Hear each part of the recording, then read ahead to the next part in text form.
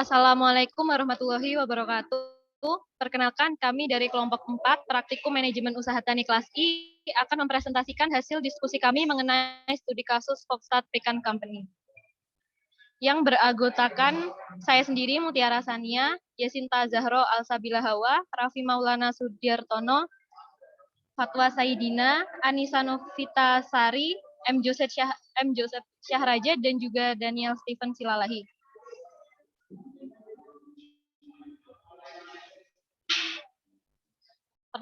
Pertanyaan yang pertama, jika Foxstat memutuskan untuk menambah peralatan pengolahan, outlet apa yang bisa digunakan Foxstat untuk memasarkan produknya? Penambahan peralatan pengolahan yang dilakukan perusahaan Foxstat akan mengakibatkan peningkatan dan perluasan hasil produksi. Dengan hasil produksi yang meningkat, maka diperlukan beberapa upaya untuk melakukan pemasaran produk. Salah satu hal yang dapat dilakukan untuk melakukan penambahan outlet atau perluasan outlet ini, sehingga tingkat produksi dan distribusi berjalan dengan maksimal. Beberapa jenis outlet yang dapat digunakan sebagai outlet pemasaran adalah outlet tradisional, outlet modern, dan juga outlet instansi. Pemasaran pada outlet tradisional banyak dilakukan pada toko grosir, toko kelontong, ataupun di pasar tradisional. Pemasaran di outlet tradisional dianggap lebih memiliki banyak konsumen karena penjualan pada outlet tradisional memiliki tingkat jual yang relatif murah. Kemudian pemasaran dapat dilakukan di outlet modern. Contoh outlet modern ada di supermarket, minimarket, dan juga hypermart. Pemasaran di outlet modern ini memiliki harga jual yang relatif mahal, tapi mempunyai kualitas yang lebih baik. Kemudian pemasaran di outlet instansi seperti di hotel, perusahaan, atau restoran. Pemasaran pada outlet instansi memiliki konsumen yang tetap. Perusahaan kemiri Foxstat dapat melakukan pemasaran di 3 outlet tersebut. Menurut hasil diskusi kelompok kami, pemasaran yang paling optimal adalah pada outlet instansi. Selain mendapatkan konsumen tetap, pemanfaatan kemiri cenderung pada kemiri yang sudah diolah, bukan pada kemiri mentah yang dijual di outlet modern maupun tradisional. Yang kedua, sebutkan 2 kemungkinan jenis organisasi bisnis yang sesuai untuk perusahaan kemiri Foxstat. Foxstat Pecan Company awalnya dipimpin oleh 2 orang saudara kakak beradik yang bernama Brian dan Brianna. Namun, setelah pensiun, 2 orang bersaudara ini ingin mentransfer operasi perusahaannya pada anggota keluarga yang lain dan memperbesar operasi perusahaannya. Maka dari itu, organisasi bisnis yang sesuai dengan perusahaan kemiri Foxstat adalah firma dan juga perseroan terbatas atau PT. Perusahaan persekutuan firma. Perusahaan jenis ini merupakan perusahaan yang bersifat persekutuan antara 2 orang atau lebih, yang dimana 2 orang tersebut memiliki tugas dan kewajiban sepenuhnya atas perusahaan. Hal ini sesuai dengan keadaan pada Foxstat Pecan Company yang dimiliki oleh Brian dan Brianna. Lalu yang kedua adalah perseroan terbatas atau PT. Perseroan terbatas atau PT merupakan suatu badan hukum yang menjalankan usaha dengan modal yang terdiri atas saham-saham. Bentuk organisasi ini adalah melakukan kegiatan di mana modalnya dapat terbagi dalam bentuk saham. Dengan bentuk saham, pemilik Foxstat Pecan Company, yaitu Brian dan Brianna, dapat mudah mentransfer perusahaan pada anggota keluarga lain. Yang nomor 3, ada salah satu pertimbangan terpenting yang harus dilakukan oleh petani kemiri adalah penentuan penebangan pohon kemiri asli dan menggantinya dengan varietas pohon yang lebih baik. Pohon kemiri asli menghasilkan sekitar 750 lbs per hektar pohon. Pohon kemiri yang ditingkatkan dapat menghasilkan sekitar 1.250 lbs per hektar. Pohon baru membutuhkan waktu 7 tahun untuk mulai memproduksi kemiri. Jadi, berapa tahun yang diperlukan untuk menutup atau memulihkan investasi dalam mengganti kebun asli dengan pohon yang lebih baik. Dengan asumsi harga rata-rata $3 per pon, biayanya $3.000 untuk mengganti pohon asli dengan varietas pohon yang lebih baik. Diketahui sebagai berikut.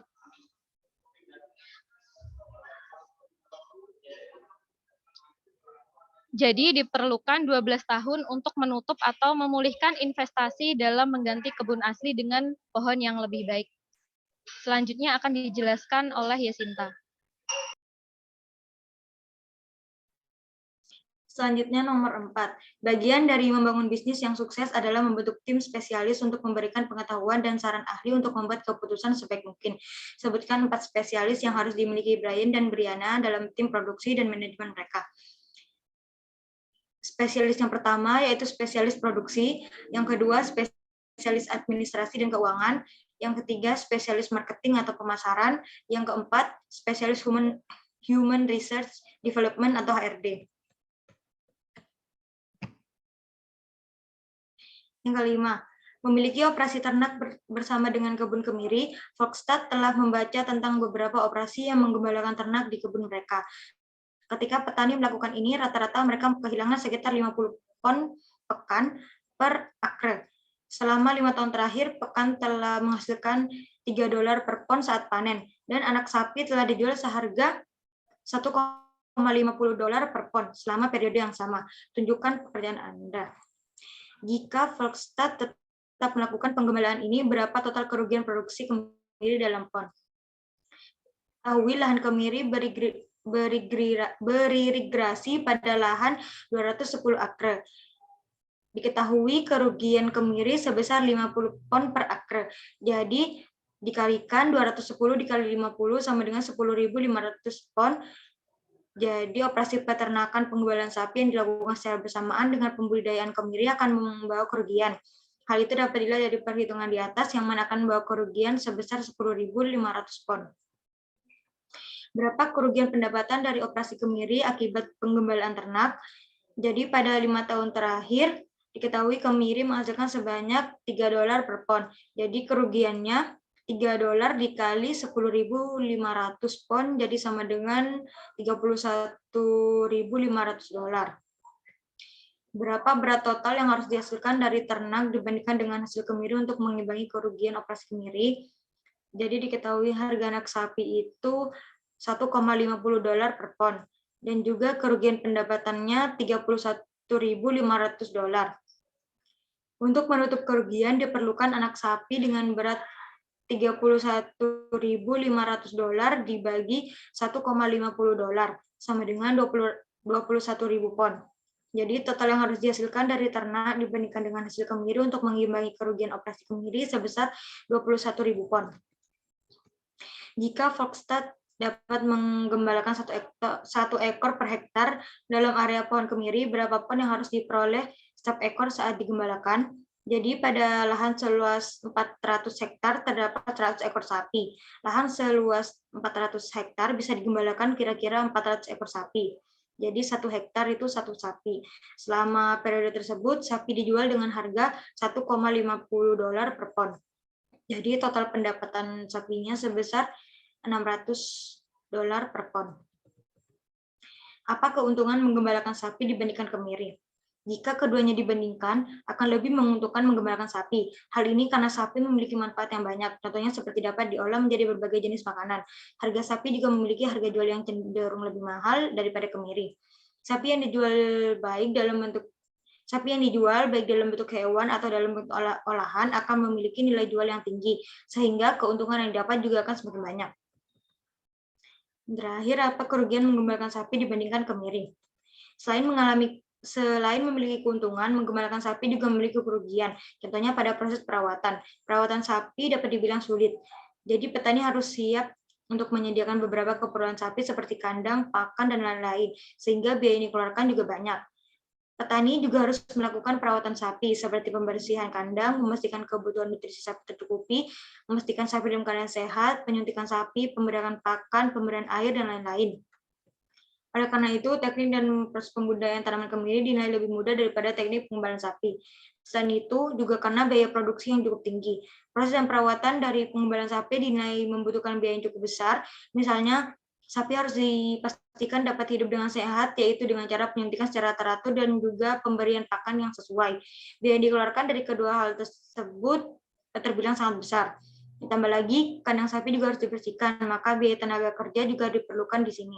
Hal itu juga dibuktikan dari laporan hasil keuangan yang berisikan laporan rugi laba, yang mana biaya produksi sapi sebesar 13,615, dan juga dari laporan keuangan diketahui bahwa biaya produksi kemiri lebih kecil daripada biaya produksi sapi, yaitu sebesar 1,71. Soal nomor 6, sebutkan 5 badan regulator yang potensial yang mungkin berinteraksi dengan produsen kemiri saat melakukan bisnis. Jadi lembaga pendukung yang mungkin bekerja sama dengan perusahaan kemiri ialah Yang pertama, industri pupuk NPK. Jadi perawatan pohon kemiri membutuhkan beberapa unsur hara dan mineral guna mendukung pertumbuhan kemiri. Penggunaan pupuk NPK diperkirakan mampu memenuhi nutrisi dan mineral yang dibutuhkan. Yang kedua, industri kapur. Selain nutrisi dan mineral, perawatan pohon kemiri juga memerlukan kapur untuk mengubah pH tanah sehingga ketersediaan nutrisi dan mineral dapat diserap dengan baik. Oleh karena itu, industri atau perusahaan kapur memungkinkan untuk bekerja sama dengan perusahaan kemiri. Yang ketiga, industri pestisida. Hubungan kerjasama antara perusahaan kemiri dengan industri pestisida kimia juga diperlukan karena penggunaan pestisida kimia mampu mengatasi permasalahan serangan hama atau jamur pada kemiri. Yang keempat, supplier kemiri. Produsen kemiri sangat mungkin untuk memiliki hubungan kerjasama dengan supplier atau pemasok yang akan mendistribusikan bahan kemiri mentah kepada pihak pengolah kemiri selanjutnya. Dengan adanya supplier akan memudahkan produsen dalam menjual hasil pertaniannya. Yang terakhir, industri pengolahan minyak kemiri. Bahan mentah hasil pertanian kemiri juga tidak menutup kemungkinan langsung disalurkan kepada industri pengolahan minyak kemiri. Produk minyak kemiri ini menjadi salah satu produk dengan nilai jual tinggi dan berpotensi untuk diekspor ke luar negeri.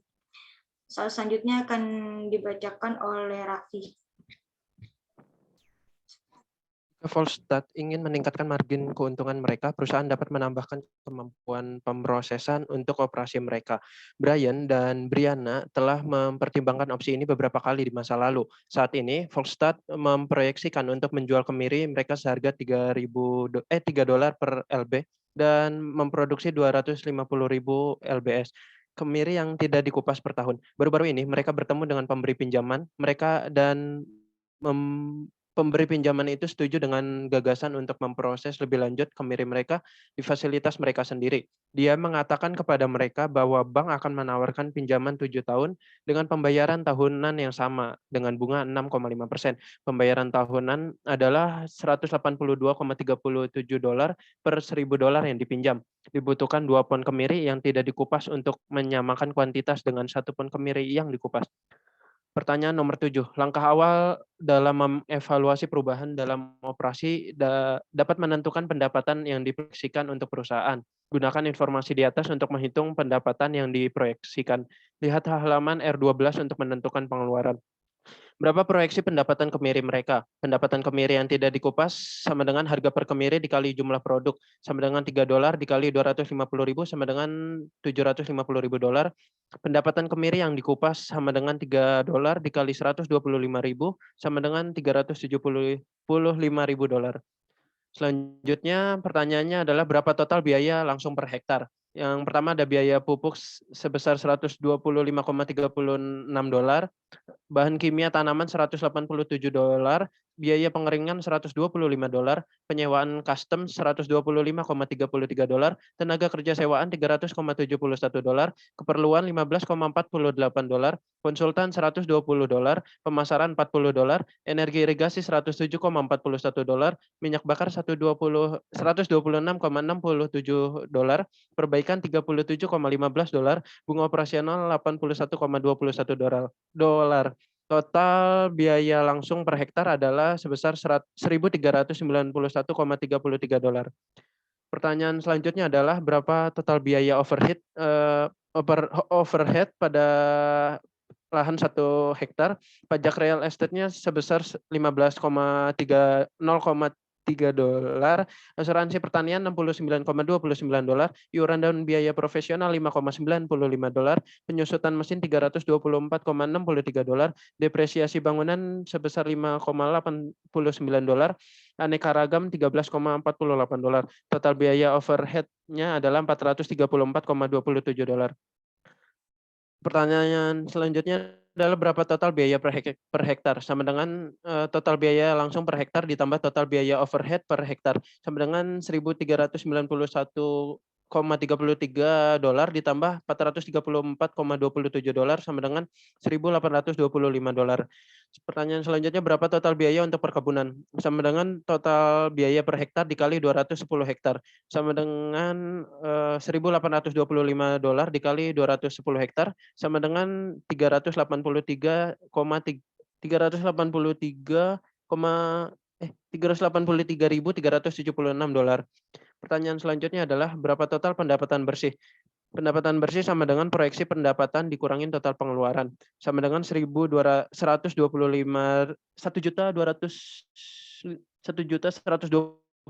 dikurangin $383.376 sama dengan $741.624.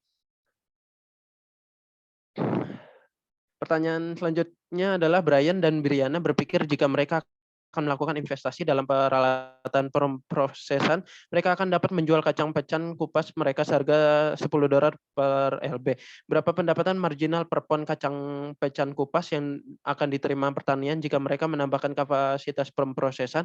Dibutuhkan 2 pon pecan yang tidak dikupas sama dengan 1 pon pecan yang dikupas.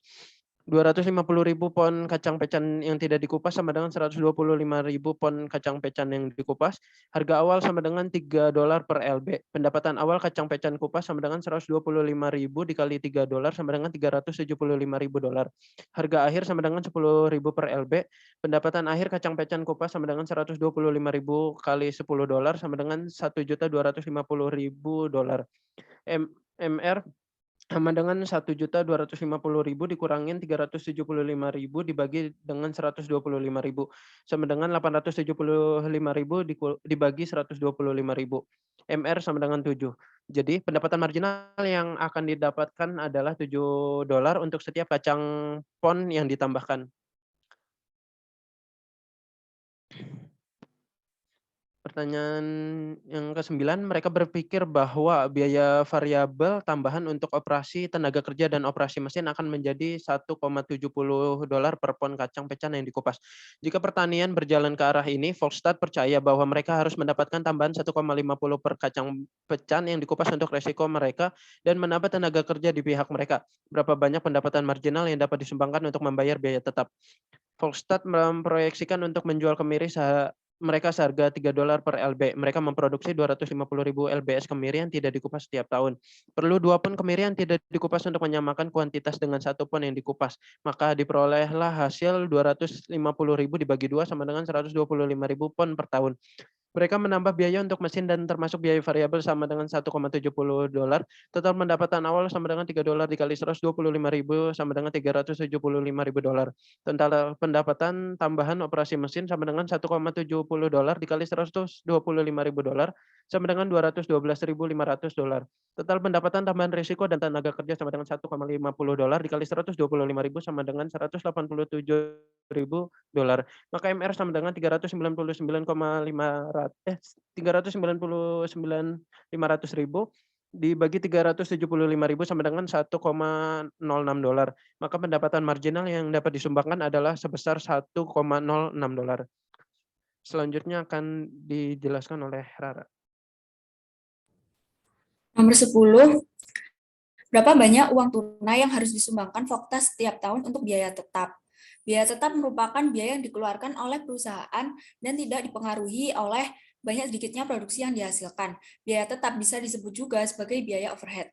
Volkswagen memiliki total biaya overhead per hektar sebesar $434.027 yang berasal dari pajak real estate, asuransi pertanian, iuran, dan biaya profesional, penyusutan mesin, depresiasi bangunan, dan aneka ragam. Pada kasus selanjutnya, Brian dan Diana bertemu dengan seseorang yang memberikan pinjaman yang dapat dibayar per tahun sebesar $182,37 dengan bunga sebesar 6,5%. Pembayaran hutang termasuk ke dalam biaya tetap. Jika Brian dan Brianna mengambil pinjaman tersebut, maka total biaya tetap yang dikeluarkan adalah bunga sebesar $11,85, pembayaran hutang sebesar $194,22, dan biaya tetap yang dikeluarkan sebesar $628,49.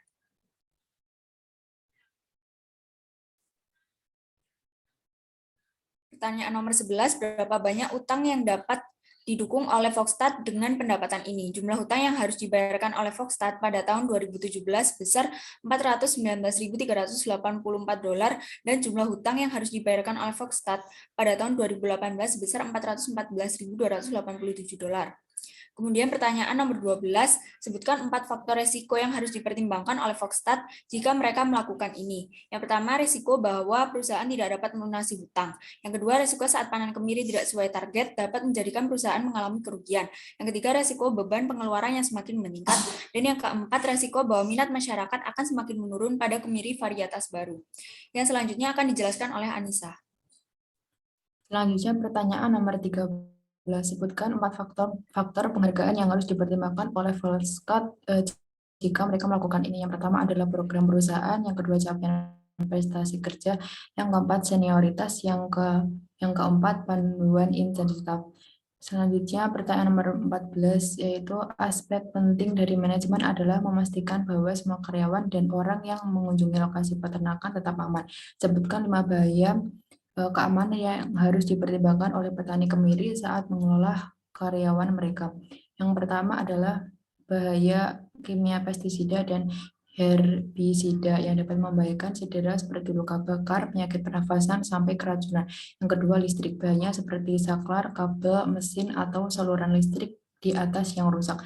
Yang ketiga, dalam mesin, bahaya seperti traktor tanpa struktur pelindung terguling, poros power take-off, gergaji mesin, auger, sepeda motor, dan mesin dengan bagian bergerak yang tidak dijaga, tabrakan atau jatuh dari sepeda motor, mobil mengangkut, traktor juga dapat mengakibatkan cedera besar. Yang keempat adalah air, bahaya seperti dapat tenggelam hanya dalam 5 meter air, bendungan, danau, kolam, sungai, saluran, tangki, drum, dan anak sungai semuanya berbahaya.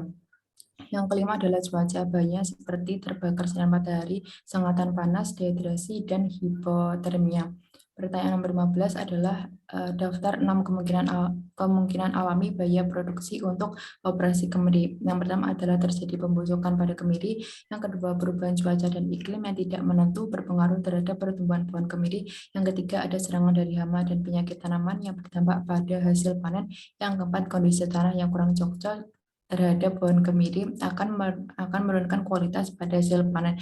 Yang kelima, ketidaksesuaian suhu pada daerah penanaman akan mempengaruhi pada pertumbuhan kemiri. Yang keenam, bencana alam yang kemungkinan terjadi akan mengakibatkan kegagalan panen atau bahkan merusak hasil panen. Hal-hal tersebut dapat menyebabkan kerusakan pada alat-alat pertanian, gagal panen, dan cedera pada para pekerja lahan.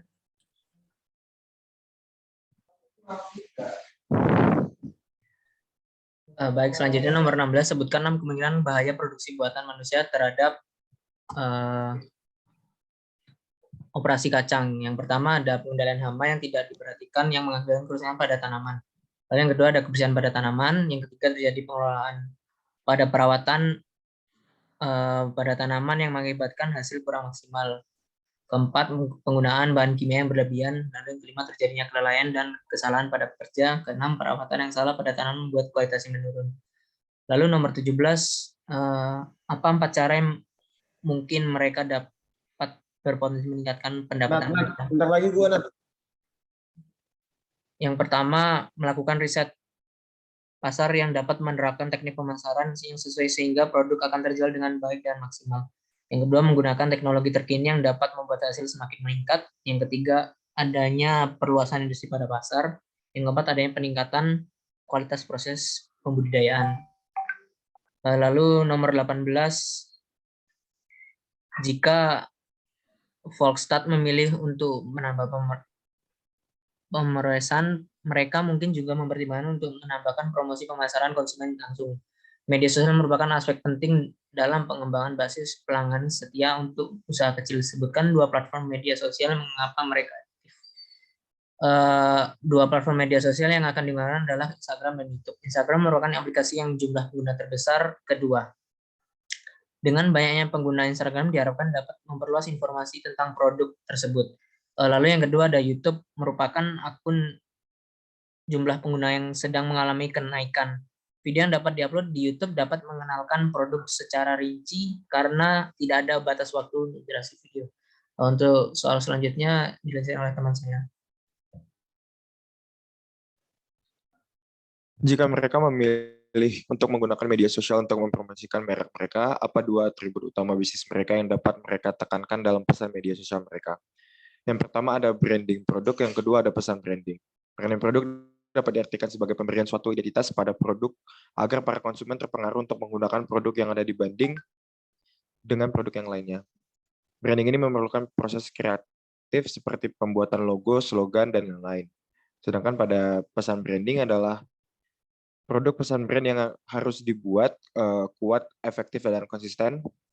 Volkswagen bisa membuat pesan yang singkat dan ampuh menyampaikan maksud dan tujuan dari brand agar strategi dari brand tersebut lebih efektif. Pesan yang telah dibuat akan digunakan secara konsisten di seluruh materi dan saluran seperti kemasan produk, situs web bisnis, hingga publikasi konten di media sosial. Pesan yang konsisten akan membantu Volkswagen memperoleh konsumen yang ideal. Jika Anda berada di tempat Volkswagen, apa yang akan Anda lakukan untuk memperluas dan meningkatkan operasi ke depan? Yang dapat dilakukan untuk memperluas atau meningkatkan operasi ke depan adalah memperluas bidang industri, pangsa pasar, relasi, meningkatkan kualitas produk, dan melebarkan target pasar.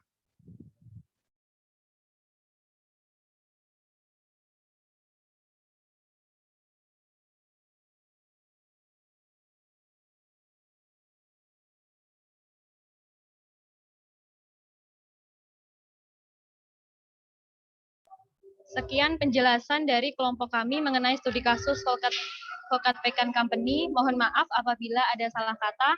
Wassalamualaikum warahmatullahi wabarakatuh.